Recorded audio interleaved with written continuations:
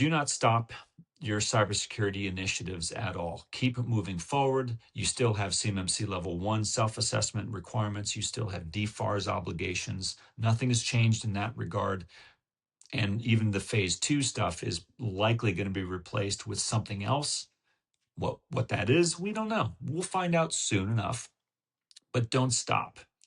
Do not abandon your NIST 800-171 alignment efforts.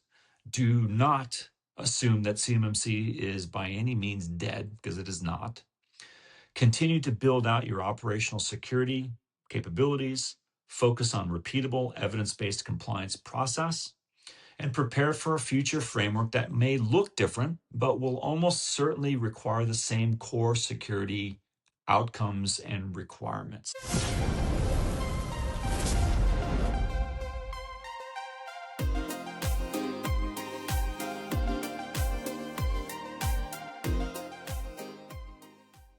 Welcome to the MSPZone. I'm your host, Charles Weaver. Big news, understatement, huge news in the defense industrial base coming out of Washington, D.C. Just yesterday, July 13th. The news about CMMC has created a lot of additional noise that probably was both, it had to happen, but at the same time, it's causing a lot of confusion that I think is unwarranted for the most part. But a lot of you may have a lot of legitimate questions and you're wondering, what should we do next? And I just want to put you all at ease. Stay tuned, because we are going to address a lot of these questions that you are likely having and asking yourselves or your colleagues.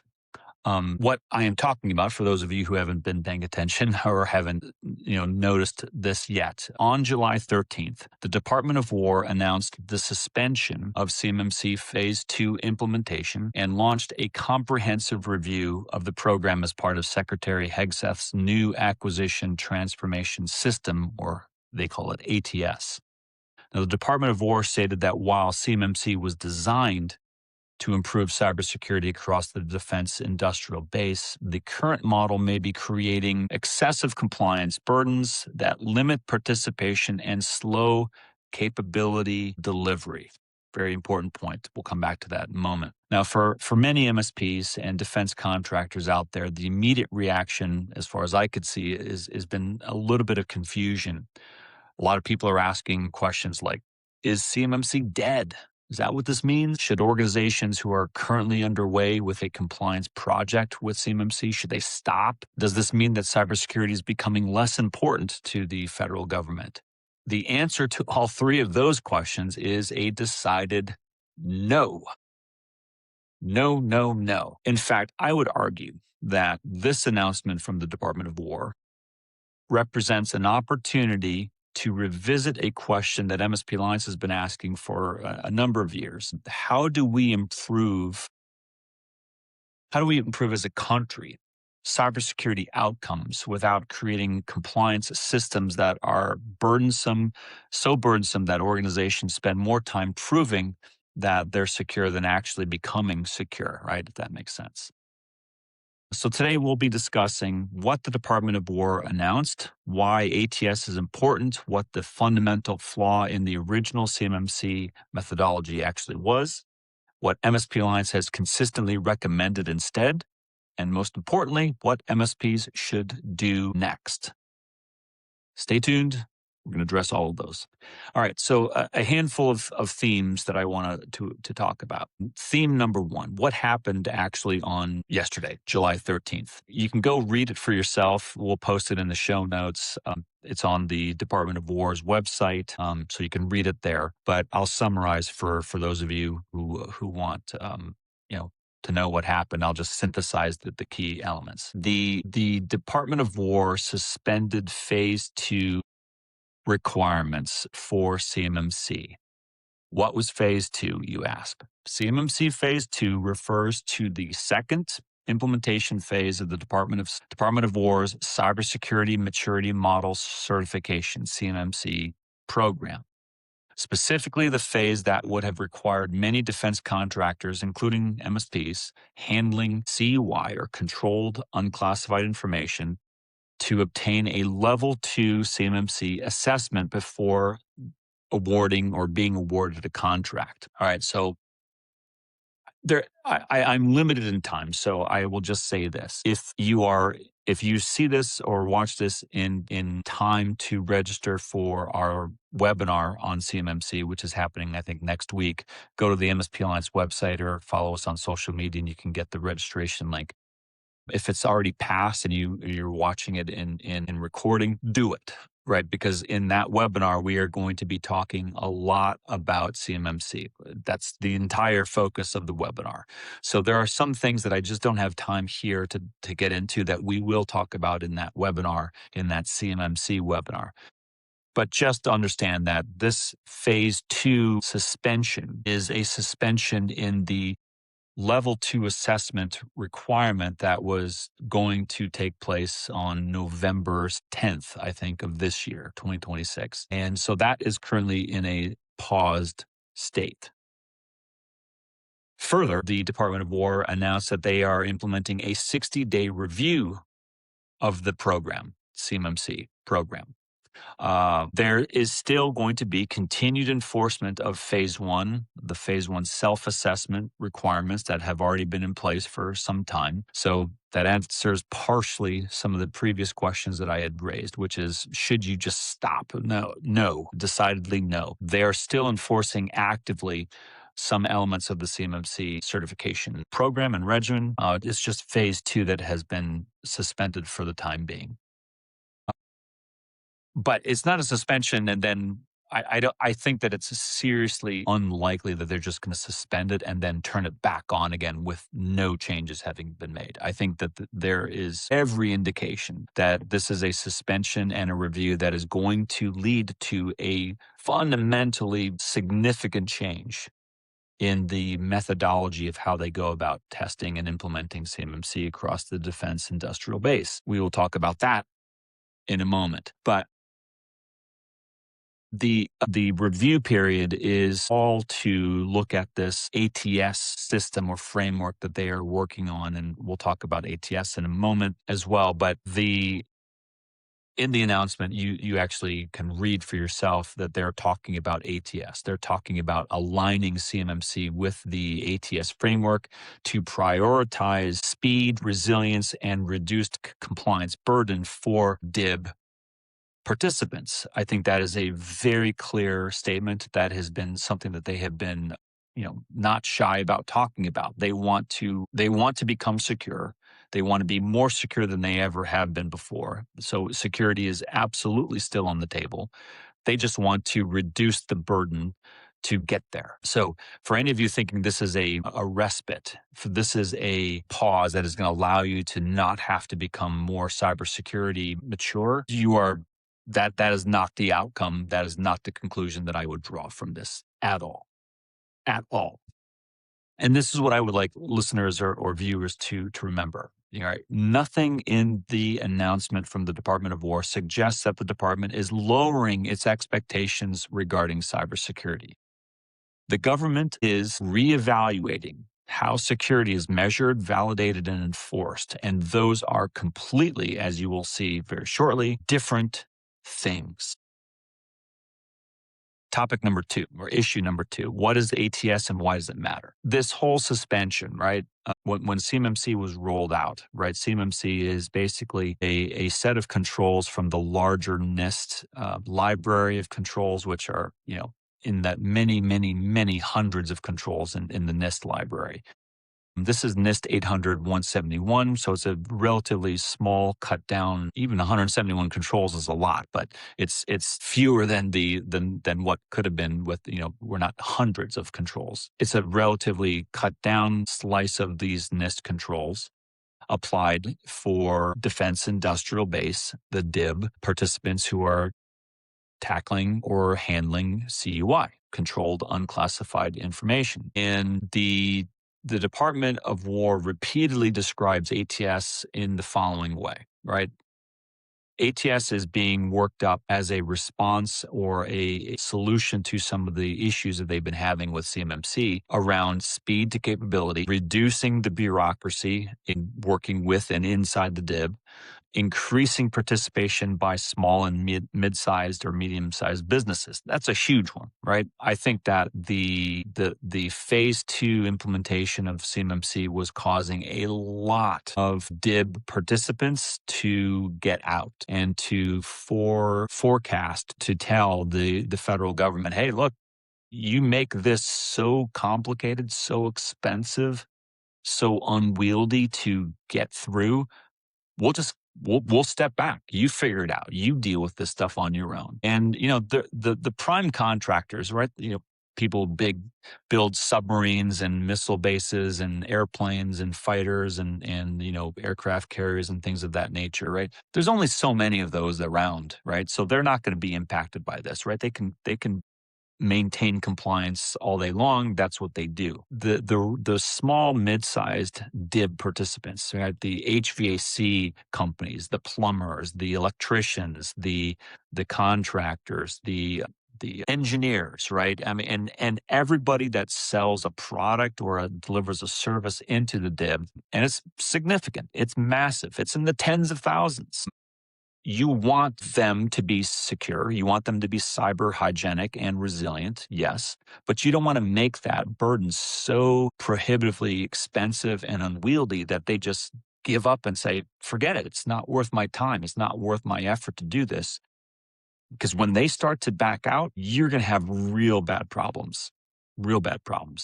And that's not what the Department of War wants. And so they're trying to fix that. Replacing bureaucratic compliance with scalable, resilient cybersecurity measures, I believe, is the quote from the announcement yesterday. Go read it for yourself, but I think that says it all. So this is where most of the comments that I've been reading on LinkedIn and places like that are kind of missing the story, in my opinion. The Department of War is not asking whether cybersecurity is important. I think that they've already addressed that in the affirmative. They think that it is quite crucially important. What the Department of War is asking is whether the current CMMC implementation has become an obstacle to acquisition modernization. And that is undeniably, yes, it has been. It has become a major problem. And that's what their ATS framework is trying to address. Can we maintain security while bringing more innovation, more innovative companies into the defense industrial base? That is what the ATS is about. That's what the Department of War is trying to do with this Phase Two CMMC suspension. They are trying to not get rid of the controls. They're trying to get rid of the bureaucracy around testing and implementation of those controls. And how do you go about doing that in an effective, scalable, efficient way? That is what is happening here. That's what ATS is, and that's why it's important. That's why you need to keep your eye on that term. Don't ignore that. That's going to be really critical to anybody who is working in the DIB right now, whether you're an MSP or an MSP customer. That's what I would be focusing on. Third element that I want to talk about. There was, from the very beginning of CMMC, there was, in my opinion, and I was not shy about it. We wrote about it. We talked about it on this program. We talked about it a lot. There was some fundamental issues with the way CMMC was constructed that I thought was designed to lead us ultimately to this point today, this week, with a realization that they would have to redo what they created.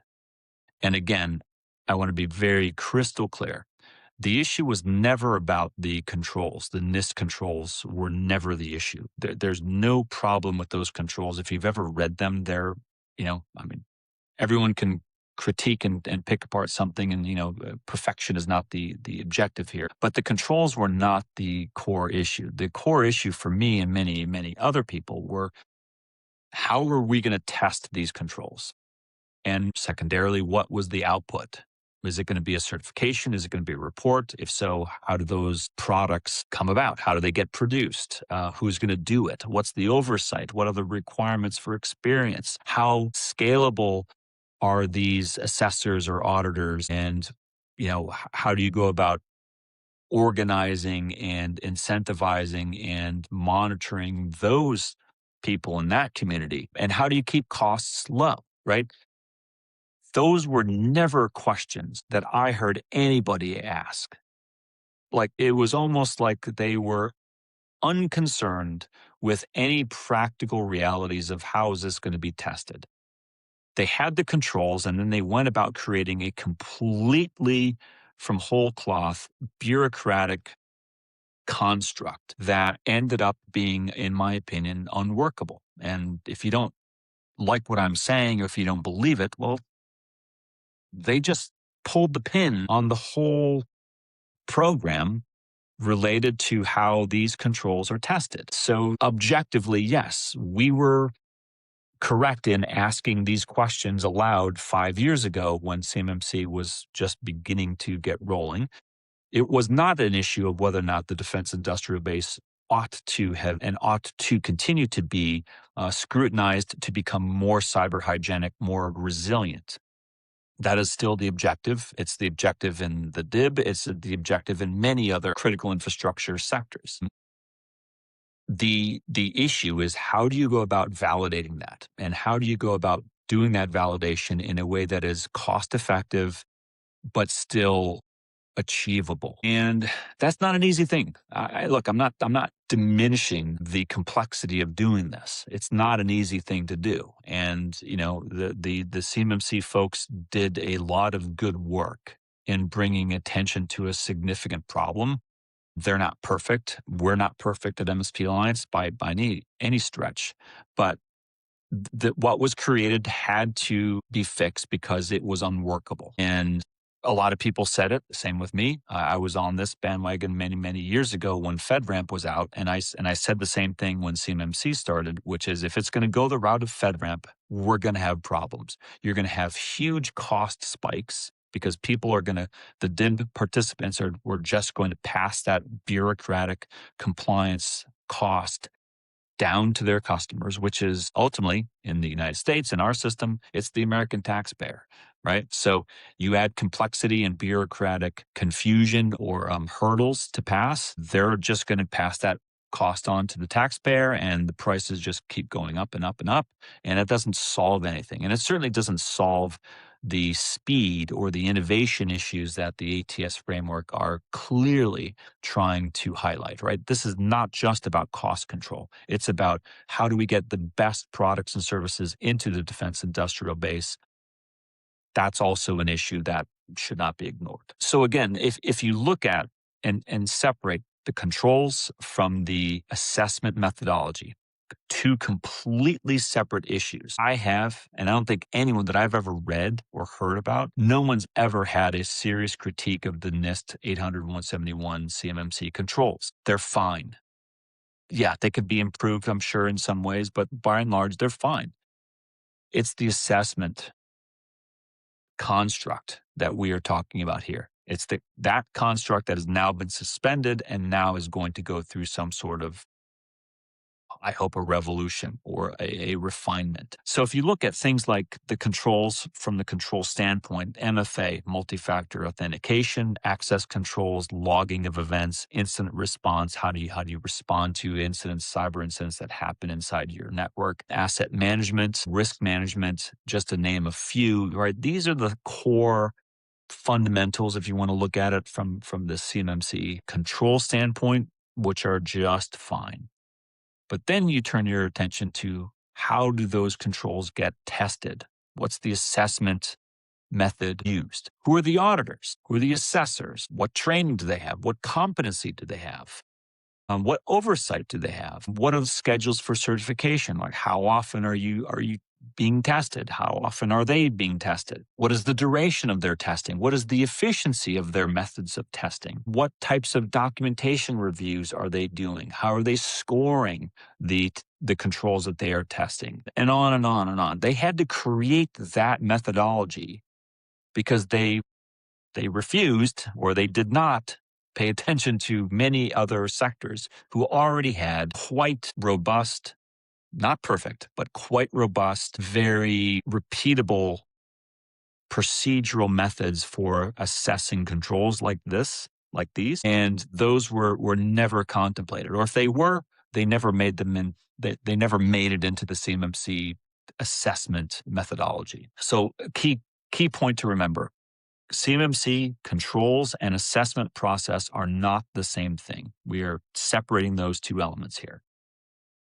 And one of the problems with CMMC that I always thought was under evaluated and underappreciated was this kind of notion that there was an objective to treat certification itself as the objective. Like your whole goal is to get CMMC certified, as if that is going to make you a better company. Certification should not be the goal. And I state that even as, part of MSP Alliance, and our stated objective is to push and promote certification in place of, let's say, official licensure of MSPs. We think that certification is the best route, the most efficient, cost-effective route. But certification isn't the sole objective. Certification is a proxy. It is a replacement for becoming more cyber hygienic and resilient. That's what certification is meant to embody. An organization can absolutely, they can pass an audit and still be vulnerable. They can still be of low maturity, low operational, low cybersecurity maturity. They can also be not very resilient, but still be certified and still be audited. Likewise, an organization can have a strong operational security and still struggle to get through an expensive, bureaucratic, complex assessment method like CMMC. And they're not the only ones. They have them around the world. A few still exist. So I think that the policy question for those of you who are out there in the policy influence world is ask this question: how do we verify cybersecurity effectiveness without allowing the validation model to become the primary burden? Certification is a byproduct. It's what you want to see from a highly mature, cybersecurity resilient, and hygienic community. If you are cyber hygienic and resilient, getting the certification or the audit should be easy. It should be cost effective. It should be simple to go through because you are already doing the things that you need to do. That's what I'm saying. The goal is make organizations better, more secure, and come up with an elegant solution for the proving of that. And that is a winning combination. Fourth element: what has MSP Alliance been advocating for these past several years, specifically in context of CMMC? And I will throw in here not just the defense industrial base, but I'll also throw in, due to recent conversations of the last 3 years, the federal government's undeniable concern and advocacy for greater cybersecurity hygiene and cyber resilience across all national critical infrastructure sectors, not just defense industrial base. And I would say that this is not in any one administration. Many administrations have been in pursuit of this. So this should not be looked at as a partisan issue. It is not, in my opinion. It should be a bipartisan issue, if that even exists anymore. So whether we are talking about defense, healthcare, financial services, energy, or other critical infrastructure sectors, the kind of challenge here is still the same. How do we improve security without pricing smaller organizations out of participation, right? That has always been kind of our main issue. And I have kind of 4 principles or 4 main elements to support this. And I just want to go through these real quickly. Number 1, you have to have and you have to establish and enforce a security baseline. Controls, like I said with CMMC, the controls do matter. They are important. Having a baseline of controls is so critical. The U.S. government, specifically the good folks at NIST, are doing a really good job of trying to enforce general awareness of cybersecurity controls to, right, not just MSP. I mean, MSPs are a small fraction of who they're trying to speak to, but they're trying to speak beyond the MSPs to MSP customers who say, well, I don't know anything about cybersecurity. All I do is accounting. I'm just a lawyer. I'm just a plumber. I'm just an electrician. I'm just whatever you do. Cybersecurity controls matter. Principle number 2, separate controls from the validation mechanism. The way organizations demonstrate compliance should remain flexible. It should be cost affordable. It should be achievable.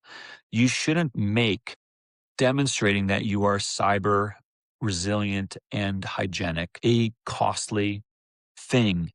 The more costly you make it, the less participation we will have. That is not a good thing. We want maximum participation.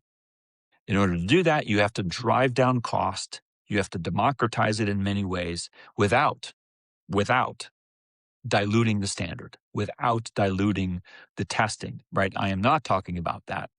I am talking about having both our cake and eating it too, which is you want maximum cybersecurity resilience and hygienics from the participating entity, and you want it as cheaply as possible to get them through some sort of validation testing regime to prove that they are doing what they are supposed to be doing. That is the goal.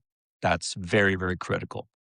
Principle number 3, and this is certainly not an indictment and a critique of what we were seeing with CMMC, but it also exists in many other frameworks and their testing methodologies, and that is encouraging and moving quickly towards continuous assurance. Security should not exist as a once a year or once every 3 years type of event. This is groundbreaking, right? I will tell you right now, industries like the cyber insurance industry is rapidly, like not walking, sprinting to continuous compliance because it represents a more real-time assessment of risk instead of relying on a kind of once a year or in some cases, kind of once every 3 years type of review.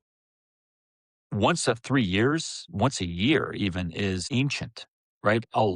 So much can change in a year. 365 days, things change in a week, things change in a day, things change in a month, right? The continuous assurance is where we are headed not just as a profession, but as general cyber risk professionals. We are moving rapidly towards continuous compliance, continuous assessment. That is also something that should drive down cost, not increase it. Fourth, final kind of principle for this whole what we've been advocating. Promote operational maturity. The risk reduction benefits are more important than the compliance kind of noise that we're talking about. And this gets to kind of the subtextual themes that we've been addressing, like people turning on GRC tools and seeing a bunch of green lights thinking that they're secure, but in reality, they are so far from cyber hygienic and resilient that it's not even funny. But a GRC dashboard tells them something very different. And we get this all the time, right? People who are using some GRC tool and they come to us and they say, hey, can you test this for us? And it's not the fact that they're asking us to be tested. They're coming to us with a strong feeling that they know something's not right. They know that a GRC dashboard is giving them some false positive or false negative that is just not aligning with what they believe to be reality. And that's a whole separate issue. So I don't want to get into that with this, but these are kind of the core elements or themes that MSP Alliance has been advocating and really hoping that CMMC would adopt. I think the CMMC community has learned a lot in 5-ish years. Certainly one of the biggest achievements was the awakening that I think happened several years back in terms of the CMMC group or community finally realizing that the role of the MSP is critical in any rollout to the DIB, in any effective enforcement of CMMC controls, especially at the subprime level. But even some of the primes, many of the primes use MSPs. But mid-sized and small organizations, there's no hope of them achieving this compliance without the help of an MSP. And I think the CMMC community finally realized that was, in fact, true. Fifth major theme or question. What does this mean for MSPs? What should you do right now, right? Now you understand what's happening. You understand what this phase two suspension means. What does this mean for you, and what should you be doing today? Here's my message. Do not stop. If you read this announcement from the Department of War and your instinct or that of your customers is pause and do not do anything, that is the absolute wrong outcome. And I would advocate strongly that you not do that. Continue moving forward. Organizations in the defense industrial base should actively be pursuing the following elements. Continue protecting CUI, controlled unclassified information. Continue following the NIST 800-171 controls and principles. Continue to maintain proper, effective, necessary documentation, cybersecurity documentation specifically here. Continue to invest in and build out and maintain ease of comfort in and around building out operational maturity, not solely cybersecurity, not solely technical, but total operational maturity is a outcome objective here. Continue collecting evidence. We're going to have a lot to say about that in the CMMC webinar. When I say collecting evidence, meaning don't forget to document and to maintain records of the things that you do in your normal course of business, MSP and non-MSP alike, because that is going to be helpful in this move that we're in towards continuous assurance and continuous compliance. Continue to invest in and improve your governance, your internal organizational governance, and continue to invest in and to implement security controls within your entity.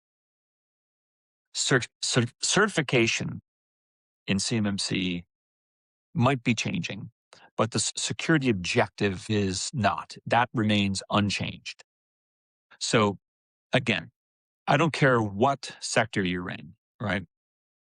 We're talking here, CMMC, about the defense industrial base. It applies to many, many others. Do not confuse a pause in the certification requirements with a pause in cybersecurity obligations, right? DFARS is still in effect, right? You are still legally responsible to be compliant. Don't forget that.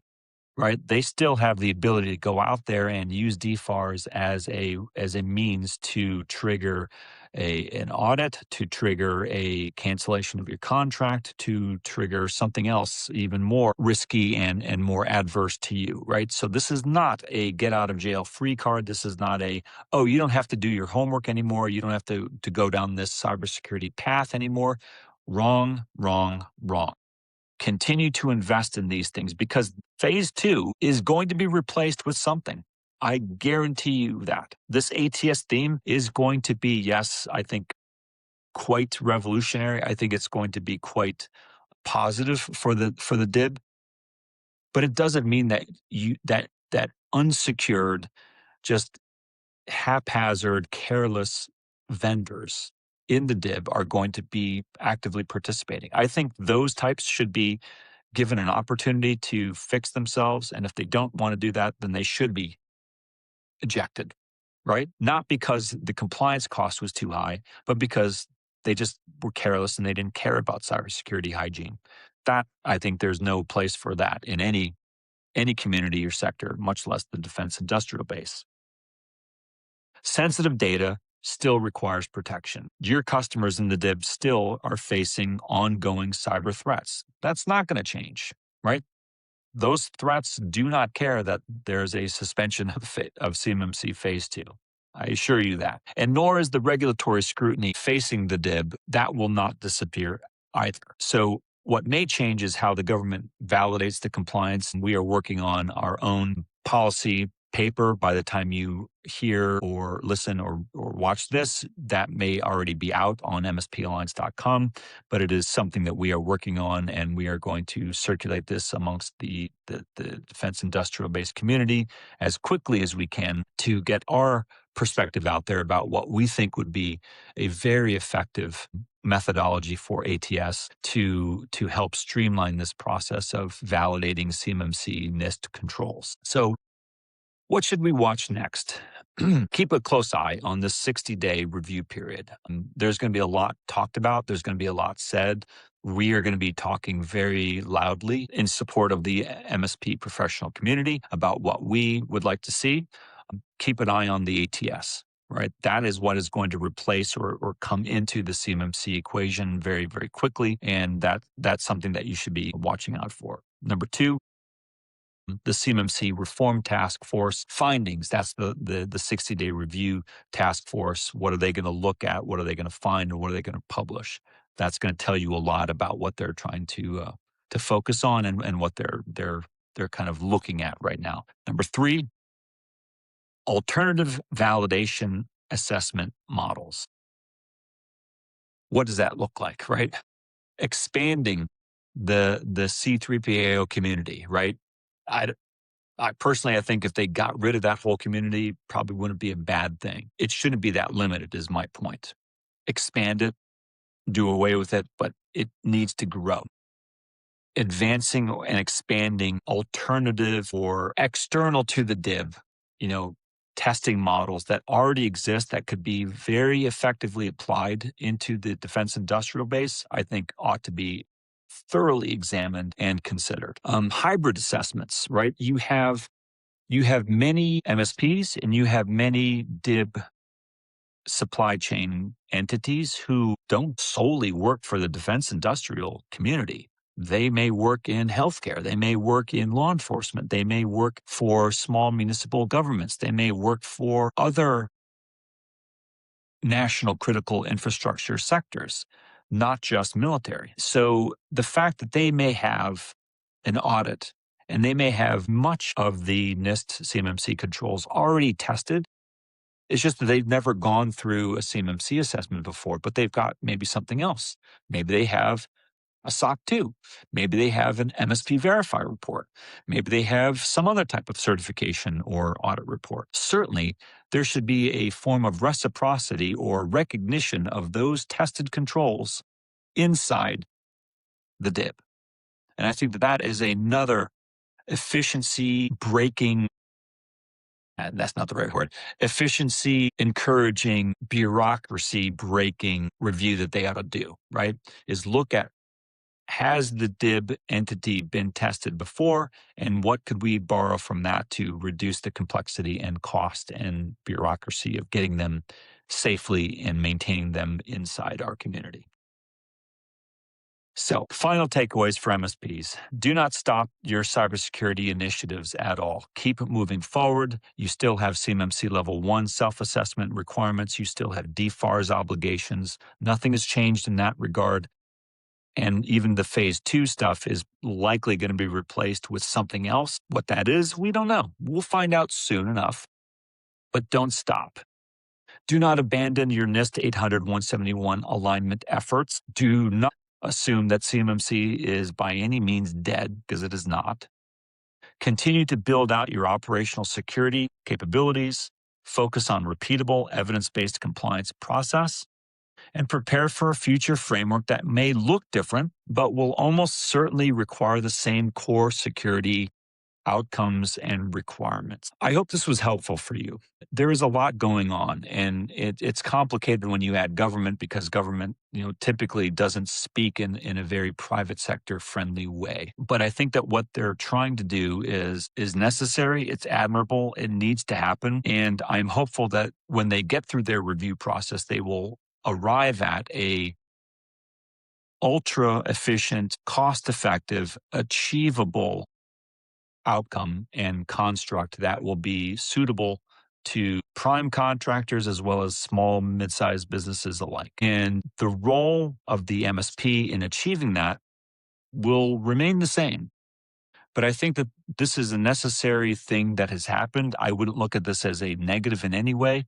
I would look at this and I would communicate this message to your customers as quickly as possible, that this is going to remove any objection for DIB participants to become cyber hygienic and resilient, right? They're going to remove the cost burden, and that is a necessary thing. And we will see what that looks like, but probably before the end of the year, I wouldn't be surprised if we have some real meaningful answers. We'll see. We'll certainly keep following this topic. Until next time, stay safe, get certified.